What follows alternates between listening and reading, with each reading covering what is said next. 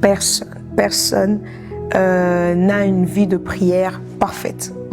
Ça veut dire que même un pasteur, si un pasteur te dit que sa vie de prière, elle est parfaite, ça fait 15 ans, chaque jour il prie de la même performance comme la première fois il a rencontré le Seigneur, c'est du mensonge. Ouais. Pourquoi? Parce que c'est quelque chose de spirituel. Nous, on est fait de chair.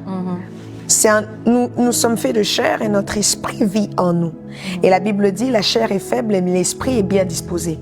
C'est qu'il peut arriver des moments où on ne priera pas comme on priait avant. C'est-à-dire qu'il y a une semaine de cela, tu pouvais prier pendant 4 heures d'affilée, sans s'arrêter. Et puis, la semaine prochaine, tu pries pendant 20 minutes. Et là, tu es là, oh, j'ai perdu ma vie de prière. Non, c'est des choses qui arrivent. Le problème, c'est que des fois, quand ce genre de situation arrive, on culpabilise. Et la culpabilité emmène à ce qu'on puisse encore perdre davantage. Ça veut dire que, comme tu as fait 20 minutes, tu te dis que, oh, j'ai perdu ma vie de prière, tu vas culpabiliser. Demain, quand tu reviendras, tu ne reviendras pas dans une position où je viens chercher Dieu, mais je viens prier longtemps. Non, c'est pas comme ça.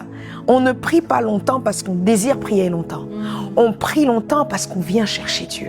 Et quand on vient chercher Dieu, le temps n'existe plus. Vous savez, il y avait des moments où Jésus pouvait faire des prières de 30 secondes et avoir des grands résultats. Il était devant la tombe de Lazare, il dit, Lazare, sort. Ça n'a pas duré 5 heures, ça n'a pas duré 5 minutes, mais il n'était pas frustré. Pourquoi? Parce qu'il y a des moments, en fait, c'est comme une relation que tu as avec une personne.